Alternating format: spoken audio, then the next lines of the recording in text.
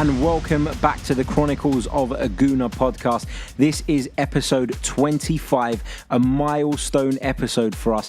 Of course, we've put out plenty of bonus content on our channel during the time that we've been running, but it's important to note that this is our 25th full-length episode. We're so grateful for all your continued support and to those who tune in and subscribe from all over the world. Without you guys, this podcast will be nothing. We thank you for your participation in our polls and the questions that you send in. You're all fantastic, and thank you so much. Now, in order to celebrate reaching episode 25, I've got two fantastic guests joining me on this week's show. The first being Arsenal filmmaker James Cook, the man behind AFC Game by Game on YouTube. Make sure you check him out. He's fantastic, and most of you will recognize his voice because he's been on this show many times before. After the break, we'll be speaking to a former Gunner. David Hillier joins us fresh from facing the Real Madrid legends. He'll be giving us his thoughts on Unai Emery so far, and we'll be talking a little bit about some of the poor comments that we heard from AFTV regarding some of the club's legends and some of the players that took part on Saturday. So plenty to come. Make sure you stay tuned until the very end. Joining me on the line is our first guest this week. It's Arsenal fan and football documentarian. Is that the right word? It's James Cook. James, welcome back to the show, mate. How have you been?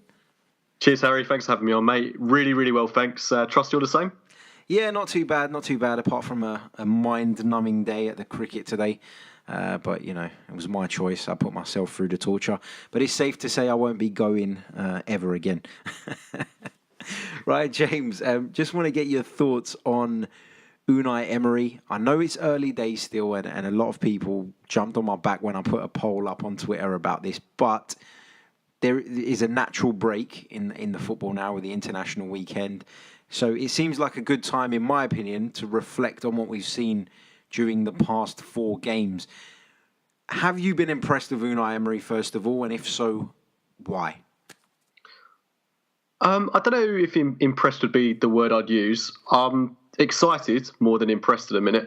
I still think there's work to be done. I think that's obvious, particularly at the back. That's when I'll be impressed if we can at somewhere along the line this season sort out a defence and we start keeping clean sheets. But as it stands at the back, I'm still seeing the same problems that were there last season. I'm very aware that it will come with time. Knowing what I've seen at the other end of the pitch has really excited me, and the pressing system, the style of play that Emery's trying to implement with the players that have had such a long tyranny under Arsene Wenger. I think he's certainly got to merit some praise for what he's done with these players like Hector Bellerin that haven't really known anything else. But it's been a very positive start to the season for me.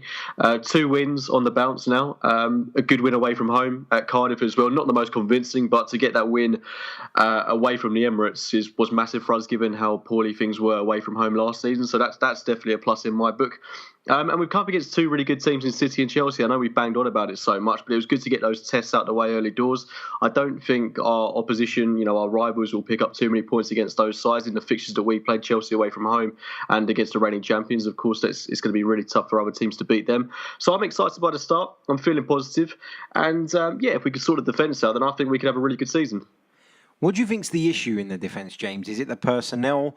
Is it the way that Emery wants to play? Or is it simply the fact that you're trying to teach a defence to play in a completely different way to what they've ever done before? I think it's a combination of all those things, to be honest, Harry. You look at the defence as a unit, they're just so all over the place. They don't know who's meant to be pressing when.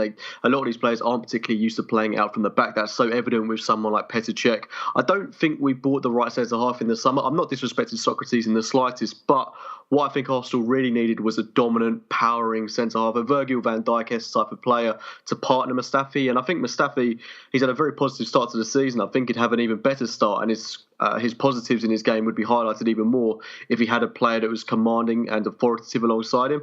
As it stands, though, I don't think Socrates has had a bad start to his Arsenal career at all.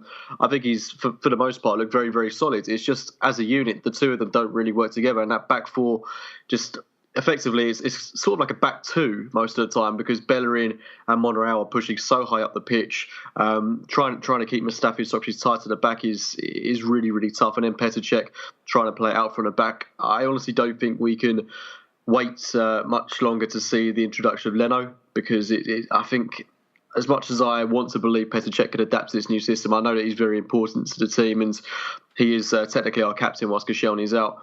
I think he's too old now to be learning this new system at about 36 years old, whereas Leno, a decade younger, fresh into the team. We've spent a hefty portion of our transfer budget on him. We should get a chance to see him in the League Cup game and the Europa League games coming up soon. So if he performs well there, then I think he'll be certainly knocking on the door to disperse Petr Cech. But as I say, it's going to take time. This playing out from the back system is going to affect the defence more than any other area of the pitch. So it will take time, but it could just be a simple case of maybe we'll see someone like Mavropanos or Holding breakthrough. Maybe it could be something like that to see the defence look a bit more solid, but I won't count my chickens just yet. It's very early days and all I want to see from Arsenal is a clean sheet sooner rather than later. Yeah, don't we all? Talking about Unai Emery's team and what he's done so far, we saw him in the last fixture up at Cardiff go with Aubameyang and Lacazette. Now, I've said in the past often that I think they need to play as a front two. I don't like the idea of Pierre-Emerick Aubameyang, one of Europe's most lethal centre-forwards, starting from the left-hand side. Does Unai Emery have to find another way of accommodating the two, in your opinion? And if so, what would you do? I think it's an interesting one. I mean, when you put it like that, there's no doubt about it. He is one of the best strikers in Europe at the minute, and he's in his prime years. He's 29 years old. Will be turning 30 this season. So to see him shoehorn into the team on the left-hand side is a shame. But I think realistically, you have to look at what he offered to the game against Cardiff and the goal he scored coming from that left-hand side as well. Is it really that much of a negative if he can still bang in 20 to 25 goals, but even 30 plus goals this season? If he could do that from the left-hand side, then I don't think that's too much of an issue, to be honest, because he's going to be interchanging with Lacazette throughout the whole game. You saw that they did that. The understanding was there. They know when one needs to go wide, when one needs to get into the centre. They're quite clear. They quite clearly know each other's game, and they read each other really well, both on and off the pitch, quite clearly. So I don't think it's a huge issue. But if it was me, because of the lack of width we've already got within the team and because we are so dependent on our fullbacks as it is, I'd really like to see Emery implement a 4-1-2-1-2 formation. So have someone like Torreira sitting in a bit deeper, or maybe even Granit Xhaka, and then have a midfield two of Xhaka, Ramsey, Mesut Ozil in his natural number 10 position, and then have Lacazette and Aubameyang leading the line in the front two. That's probably the most balanced team that I can work out in my mind at the minute. But will that be implemented? I'm not too sure. I'd love to see it happen, and then you've still got the width through Bellerin and Monreal if they are essentially going to be acting as wingers for us. But it would be unusual. It's not a formation that we particularly see in the Premier League. But I think we've got the capabilities to do it, and I think that would certainly be a formation that would really get me off my seat pre-game. And I really hope that we see those two start as a true centre-forward partnership at some point. Yep, totally agree. James, we take on Newcastle United this coming weekend. We'll be doing a preview podcast on that one with football journalist Harry De Cosimo, who is a Newcastle United fan as well. So he'll be able to give us some fantastic insight into Rafa Benitez's side. So do check that out. That will be out on Thursday. What are your hopes for next weekend's game, James? Do you think we can go on some sort of run now and string a few good results together and climb back up the table and put ourselves in European contention? Probably a bit early to be talking about European contention at this point in the season, but a win away from home against Newcastle would be fantastic for me. That's obviously why I want 3 points away from home once again. It would be 3 wins on the bounce if we do that, and that would be fantastic for Unai Emery. And what I want as well is a solid defensive performance. Will I get that? Probably not, but it's confidence. It's confidence boosting to know that we've got players like Aubameyang and Lacazette to clear up for our mistakes when we do make them at the back, which is going to happen in this game, I feel. Newcastle is a very intimidating ground to go to. We saw that last season, losing the game there, which was a really horrible match from what I can remember. And if we're going to make Cardiff look like Barcelona at times, then I don't think Newcastle is going to be any easier. They're a good team. I think they've put in some good performances this season. They've made St James's Park a really hard place to go to. So I'm not looking forward to this game that much. I mean, obviously, I'm buzzing for the Premier League to come back, but this isn't an easy fixture by any stretch of the imagination. I'd love to see us get a win, but I don't think we should overreact if it's not the 3 points. I know that's really hard to say, but and we should be going to places like Newcastle winning. There's no doubt about that. I shouldn't expect anything less. But this is a game where I could. It really pains me to say I could see us dropping points. Hopefully that won't be the case. I'm 75% certain that we will get the win in this game, and we should have the firepower to do it. There's really no excuse to be dropping points away from home. But whilst things are still a little bit in turmoil, it's a really tough one to call. But I'm feeling positive, and if we can get this run of games, if we could keep this run up, then there's no reason why we shouldn't be Newcastle. And 3 wins on the bounce would be massive for us, especially going into a home game at the Emirates next weekend. Yep. Lovely. James, thank you so much for joining me on this podcast once again. I know most of our listeners hopefully will have gone and checked out your documentaries. Do you want to tell them how they can follow you on YouTube? Because you're putting regular videos up on there now, aren't you? Yeah, I did one with you not too recently, did I? That was I really enjoyed that with you, mate. If you want to follow me on YouTube, it's AFC Game by Game, and on Twitter, it's at JECook96. Lovely. And make sure you follow James. There's some fantastic videos. I'm not saying the one with me in it is the best, but, check it out. Lovely. James, thank you so much. And we'll speak again very soon, mate. No worries. Thanks for having me, Harry. Cheers. That was the excellent James Cook. We're going to take a short break. And when we return, we'll be talking to David Hillier.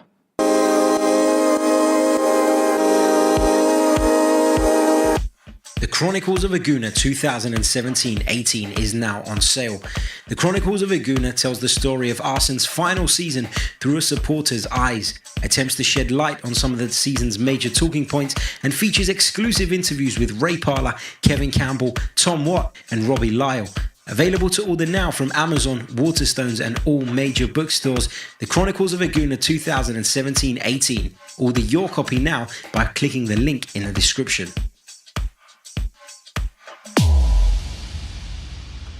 Welcome back to the Chronicles of Aguna, brought to you by Loserpool.com. Stay tuned until the very end of the episode to find out more about this fantastic game. And for your information, there is a 30% discount on right now, so do check it out ASAP. Joining me on the line is former gunner David Hillier. David, welcome to the Chronicles of Aguna. How are you? I'm very good, thanks, Harry. Hope you're well, and all the Gooners are too. Of course, it's been a bit dull without the international break. Thankfully, you guys put a little Legends game on for us over the weekend, which we thoroughly enjoyed. But before we come on to that, David, just want to get your thoughts on Unai Emery so far. He's come in, obviously got a massive job on his hands. It's never easy to follow on from someone who's had as much impact as Arsene Wenger. Have you seen any progress under Emery? I know it's a bit early to make any sort of passing judgments, but based on what you've seen so far, can you understand what he's trying to do, and are you hopeful it can work? Yeah, I think if you're not measuring progress by points, then yeah, I've definitely seen a progress. I've been watching the training quite closely, on watching what Arsenal have been putting out, and the lads really seem upbeat. There's a lot more tempo. I hear from sources at the club that it's really intense sessions in the morning, every morning, a lot harder than they used to work before. And one or two players are having to adjust to that. They've had, I wouldn't say an easy life under Arsene Wenger, but Arsene's style suited a pass and move sort of training. And now they're incorporating this press. I think it's a lot harder work. I remember from our days, when you're doing pressing training, and you're training for that high intensity game, it is a lot harder. So there's an adjustment. But on the pitch, the games have been exciting. I know there's been defensive errors, but on the team moving forward, and the press, it's been an exciting style of play. And I think the players are upbeat about it, and they're all buying into it. So it's going to take time, and I think it's going to take a few more additions to the squad, if I'm honest. Yeah, I totally agree. I think that he's going to need a few more transfer windows to get the type of players that are used to playing his type of football, let's say. My concerns have been the defensive issues, and I know you've touched upon it, but for me, it just seems like the same problems that we've always had under Wenger just haven't been rectified, and I don't know if that's because Emery doesn't quite have the personnel he'd like to, or I don't know, maybe my expectations were wrong when he came along. I thought that the first thing he would do would be to plug some of those holes, and I just feel as though we haven't done that. Would you say I'm maybe being a little bit overly critical given he's only been in charge 4 weeks or 4 games? Yeah, I think it's difficult for him because he's trying to adjust players that brought up in a different sort of regime, and I know from my people inside the club and ex-players and coaches who have been involved that Arsene Wenger didn't really do a lot of defensive drilling of the side, and so the players have got into quite a comfortable mode when it comes to the way they've been defending. Now they've got to adjust, they've got to cover each other. There's a lot more focus on being a unit, not going forward as much from the fullbacks is key. I think it showed in the Cardiff game. Hector Bellerin definitely checked his game in there. So something's been said since the West Ham game. Although he got 2 assists in that game, I think the defensive errors that were outcomes of his forward play, slightly overshadowed by his 2 assists, because that's a great return for a fullback. I think he got checked, and then you look at the Cardiff game, he didn't do it as much. So it's happening, but you've got to change the mindset of these players. They've not been used to doing that, and it's not easy. When we was under George Graham, we was drilled day in, day out as youth team players, as reserve team players, and then as first team players, with the same attitudes towards defending. Defend first, and then if you get the opportunity, go and play. So he's changing a mindset with these players, and that won't happen overnight. The players can do it. They've proved in spells they can do it. Socrates is definitely that kind of player, and once he gets the players around him doing that, I think we'll see them functioning better as a defensive unit. But I don't think it's been that bad. It just needs tightening up in certain areas and allowing the forwards then to go and play. Yeah, I mean, I would say, looking at it from my point of view, that maybe it's not so much the back four that are the problem. It's perhaps that we're not finding the balance in midfield to protect them. We know Bellerin's going to get forward. We know that we don't have much more natural width in the side. So Bellerin getting up is going to happen. It's essential to us breaking certain teams down. But maybe, a defensive midfield player needs to slot in and make sure he plugs the holes. Now, David, you was a midfield player yourself, so I'm really interested to find out your thoughts on Matteo Guendouzi and how you think he's started his Arsenal career. Well, I think he's started it with such a high level of confidence. He's got to be commended for that. No one going into the Premiership for the first time is easy, especially when you're as young as him, and that he hasn't really got a great deal of first team experience to be going in there and carrying the weight of Arsenal Football Club on his shoulders as a defensive midfielder, and he's shown a lot of confidence. But I think with confidence sometimes and youth there can be a tiny little bit of naivety, and he needs to just maybe check 1 or 2 parts of his game. But I think he's been fantastic. He's been refreshing. His attitude is spot on. He's got a bit of aggression in him. He's fighting for the team. He's not playing for himself. He's playing for the team. That's the most important thing about being a defensive midfielder or even a defender. You play in order to let those other players who are creative players and are going to score the goals, you play to let them get their game on. And that's what I always did. I played for the likes of Ian Wright, for the likes of Anders Limpar, for the likes of the forwards, Kevin Campbell, to be able to go and play their game. So I was happy to sit in, fill holes, block things, just so that they could go and score the goals. And I think he's got that attitude. And I think it'll only get better as he gets more experience in the side. Yeah. David, what would you say is the ideal midfield pairing, looking at what Unai Emery has available to him now? He obviously likes to play 2 midfield players in front of the defence, that little pivot. Who would you go for, though? Because there's been much debate about this. It's a debate we've had on the show numerous times. It's something we've been debating on Love Sport Radio, on the A Little Bit Arsenal show. Who would be your 2? Who would you pick? Well, it'd be Torreira and Guendouzi. It'd have to be, because I think Torreira, he's got a little bit more experience. He's so mobile. He's quick. He's got low centre of gravity. But also he knows what he's supposed to do first. He's disciplined first. He sits in front of the back four. Good. We saw him when he's come on and he's against Cardiff even. He filled those little holes at fullback, which did allow Hector to get on forward at the end of the game, towards the end period.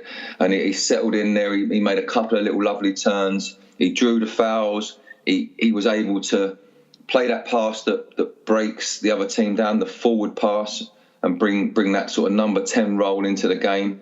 And then you've got Guendouzi alongside of him, who's going to graft, who's going to go side to side, who's going to probably take a bit of instruction as well, because he's young. He'll listen to the players around him. I think sometimes, and it's no disrespect to Granit, I think maybe he's got to a level now and an age when it's difficult for him to take instruction from younger players. And with Torreira probably trying to direct him, I don't know if that would really work. And I don't know if he's got the ability to get that ball and make that turn in front of the central defenders and play that forward pass. Sometimes he just goes back to the fullback and puts them under pressure again. So for me, it'd have to be Guendouzi and Torreira. Okay, interesting. That's a really interesting selection. David, speaking to Arsenal fans now, what would you say is a realistic expectation for this season? Because as Arsenal fans, we've been accused by other football fans over the last few years of having unrealistic expectations of Arsene Wenger. Now Unai Emery's come in. What would you expect to see Arsenal achieve this season? What would be a good season for you? Well, that's a difficult question, because I'm an optimist, and the cup's always half full for me. But realistically, I think an automatic Champions League spot would be a great achievement, and I think that's right at the top end. I'm thinking maybe 5th or 6th with a good run in the Europa, possibly getting to the final, because I think Unai has got the ability to make his players produce, and I think he won't just play young kids in cups and that. He'll play teams to win, regardless of the rotation of the squad and that. I think he'll play sides that he wants to win every game. I think a cup is definitely a realistic opportunity. And as I said, I'd be happy with 5th or 6th in the league at this stage. But that depends who he gets. If he gets someone in that's a bit tasty in January and can give us that push towards the end of the season and give the side a lift, maybe even 2 or 3 players, then you could be chasing one of those Champions League spots. But the way the other teams have started and the growth that they've had, you look at Liverpool's growth, City are still there. I think those fellas down the road, they're going to be a tough nut to crack this season. So it's going to be tough. But I just want to see good football, and I want to see progress. Yeah, that's the key thing for me, progress. And whether that means finishing 5th instead of 6th, that's fine by me. It's his first season. I won't be happy with it, but I'd accept it, and I'd say that's realistic, I suppose. David, you also took part in the Legends game this weekend, just gone. What an honour it must be to go back to the club and line up for a Legends team. Describe the feeling, going back and doing what you love after so long.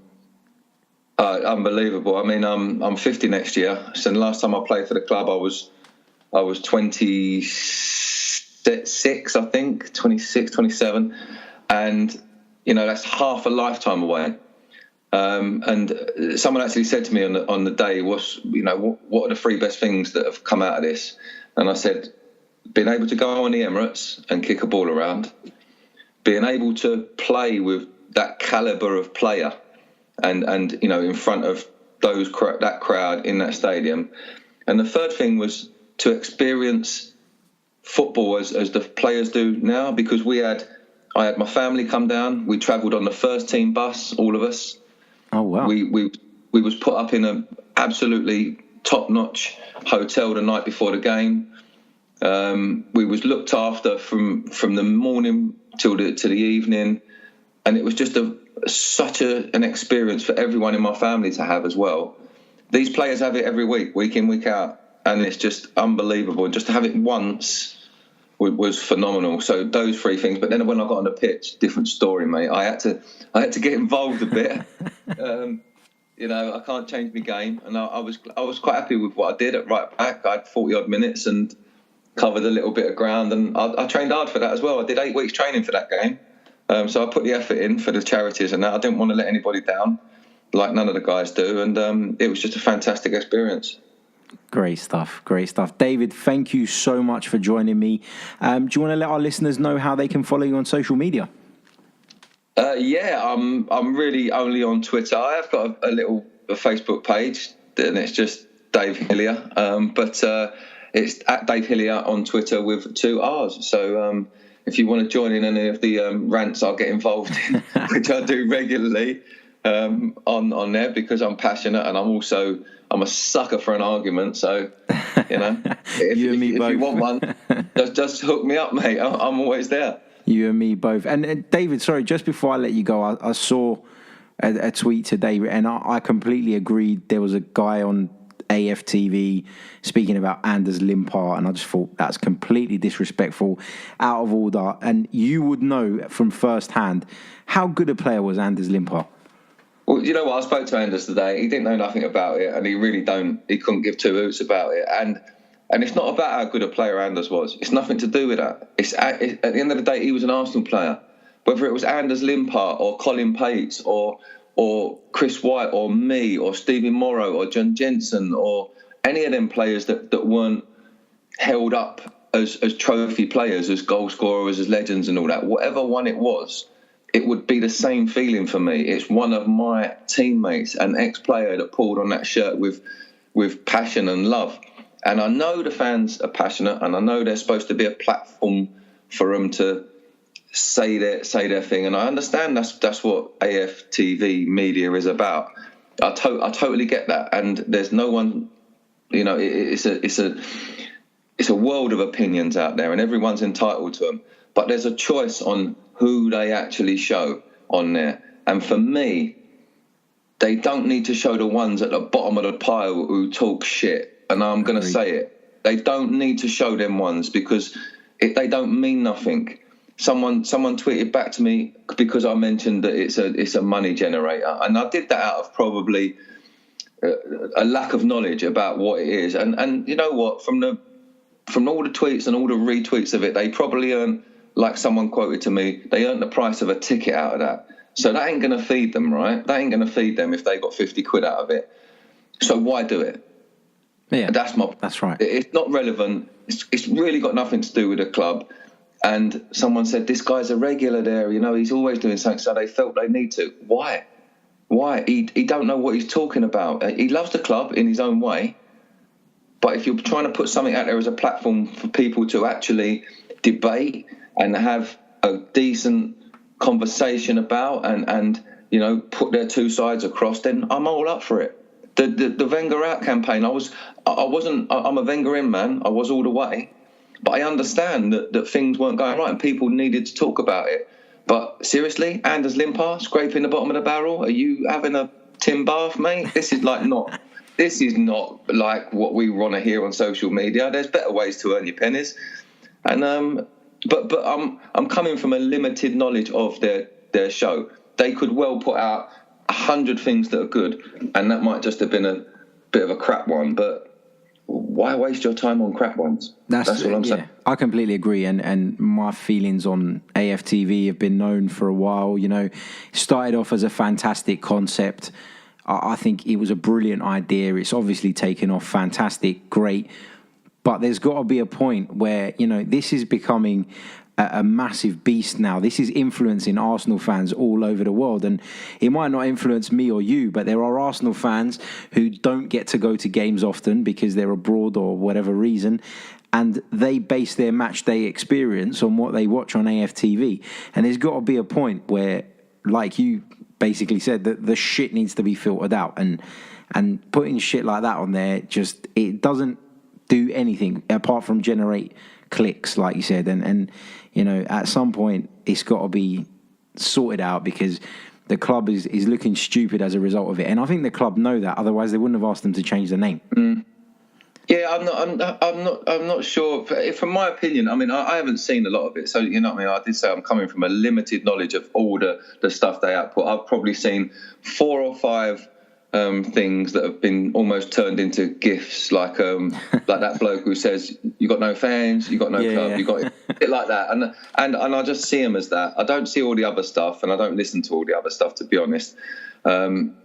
Maybe the club have been affected. I don't know. I think the club's more just protecting their brand more than feeling sort of intimidated or under threat from them, because they are allowed to do that. And the fact that out there is a market, and I don't want to say that any Arsenal fan is not very clever or don't know what they're talking about, but if these people are watching that kind of stuff week in, week out, and it is as bad as what we saw the video yesterday, what came out or whatever, if it is that bad, then it just shows that really they're quite needy people and haven't got much of an understanding anyway. And I quoted it. It's like people who watch Jeremy Kyle.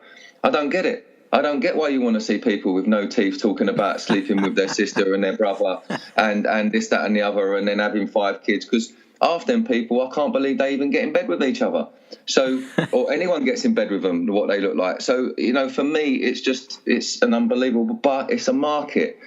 And I don't know anyone in there personally. I don't know Robbie personally or any of them. I've met Lee Judges, and do you know what? It was a lovely bloke when I met him at the stadium. I didn't even know he had anything to do with Arsenal TV when I met him. And I met him as a normal person. Yeah. He was with his wife. Lovely people. They said hello to me. He said, "I remember when you was playing, blah blah blah," and we have a bit of banter. And that's as far as I'll go with him. I don't know anything more about him. And for me, he's okay. I've got no problem with him. I've got no problem with Robbie. I don't know him as a person. People say he's a nice guy. People say he's a Luton fan. Well, it don't bother me.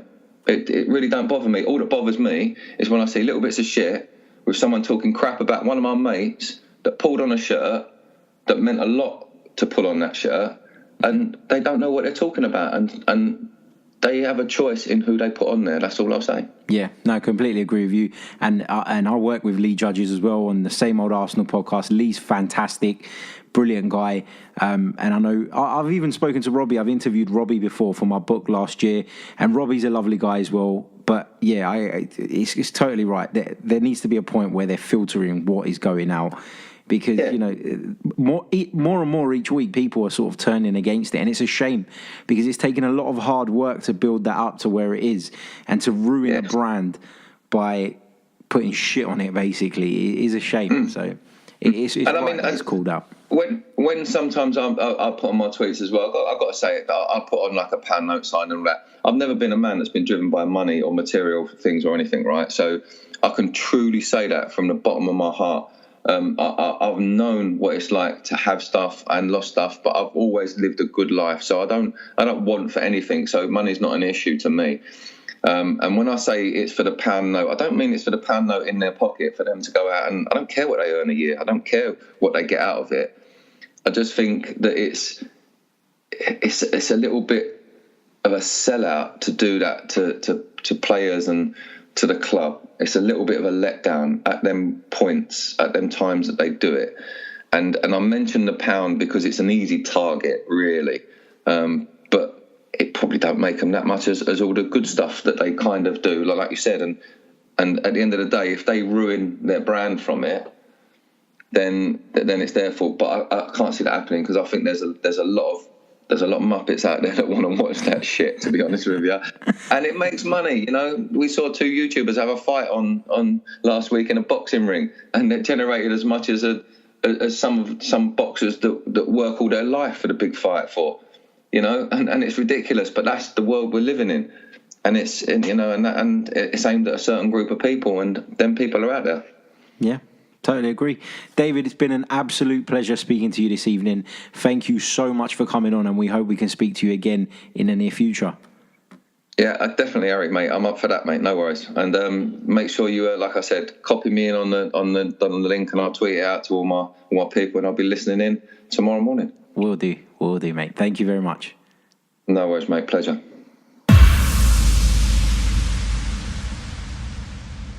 That was former Gunners midfielder David Hillier joining me. Don't forget to check him out on social media. Give him a follow. And of course, follow us if you don't already at Chronicles_AFC. Make sure you subscribe. And if you prefer, you can listen to this podcast on Acast, iTunes, FNX, YouTube, TuneIn. I think that covers everything. We'll be back this Thursday with football journalist and Newcastle United fan Harry De Cosimo to look ahead to our clash with the Toon Army this coming weekend. Until then, goodbye. Meet our hero. He's a smart guy who loves sports and loves outwitting other people. Our hero needs to show the world his mastery of the game. Our hero does this by playing games at Loserpool. Our hero is you. Loserpool has 2 games. In the namesake, the games of an entire season are grouped together into weeks or rounds. After paying an entry fee, you choose one team to lose that week or round. If you're correct, you earn the right to repeat the process in the next round. But the catch is that you cannot choose a team a second time until all the teams have been chosen by you once. If you're knocked out early, you may re-enter the same pool by paying a penalty to make it fair for the other players. Or you may wait until the next pool starts in a few weeks. Razorpool is similar to Loserpool in that the games of an entire season are grouped together. But in this case, you pay the entry fee and predict the outcome of all the games in that week or round. You will be ranked against all other players according to your accuracy. And at the end of each round, a predetermined percentage of players will be eliminated.